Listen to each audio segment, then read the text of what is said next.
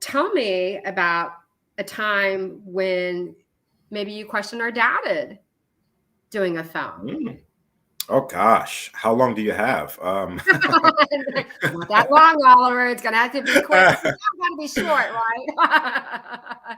But yeah, I tell a yeah, were I there tell a lot of other people things you this. like, or did you even have one, or just was it 100%? Of just the No, entire never process? 100%. Never Okay, 100%. okay, It's it's similar to how I mentioned those specific moments that I remember, those key moments that you can pretty much say that changed your life. I had okay. one life-changing moment where I was in the process of trying to finance such a funny life, and I'm Hmm. honest with myself, and I'm honest with people, everyone that's part of my team, and the people that listen to me, and also people that I listen to, and if they ask me about this question as well, because I've answered Hmm. this question a bit, and it's always very, very interesting and honest.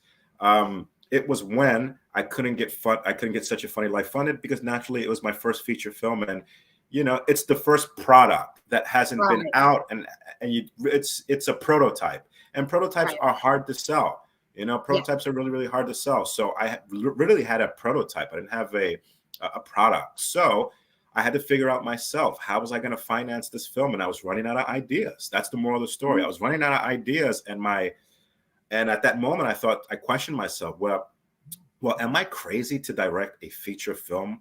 Isn't this for film directors? Isn't this for Right. big film directors like Oliver Stone and Spike Lee, the Hmm. people that I admired? Shouldn't people believe in you right away because they see that acumen and they see that talent? But then I thought to myself, and especially now retrospectively, that no, you have to believe in yourself first. You have to believe in yourself first, and then you have to find out a way to do it.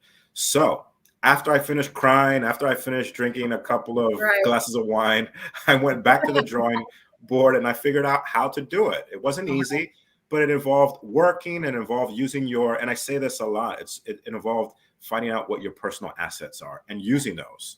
Some can be risky, as long as Hmm. you're doing it, as long as you're doing it in the correct way. Right. It's good to take a risk. It's good to take a risk in a business owner, as a business owner. And that's what I did. I just took a risk. I used my personal assets to Hmm. fund my business, which was Such a Funny Life. So I would probably say the answer to that question is yes. The moment we didn't start filming Such a Funny Life, and I couldn't figure out how to do that until I figured out how to do that. But that moment, that gap, was a very, very tough gap because I ran out of Yeah. ideas, and I pushed my brain to the limit. To push my brain, I pushed my spirit, and I also pushed my Mhm. will to the max to figure it out.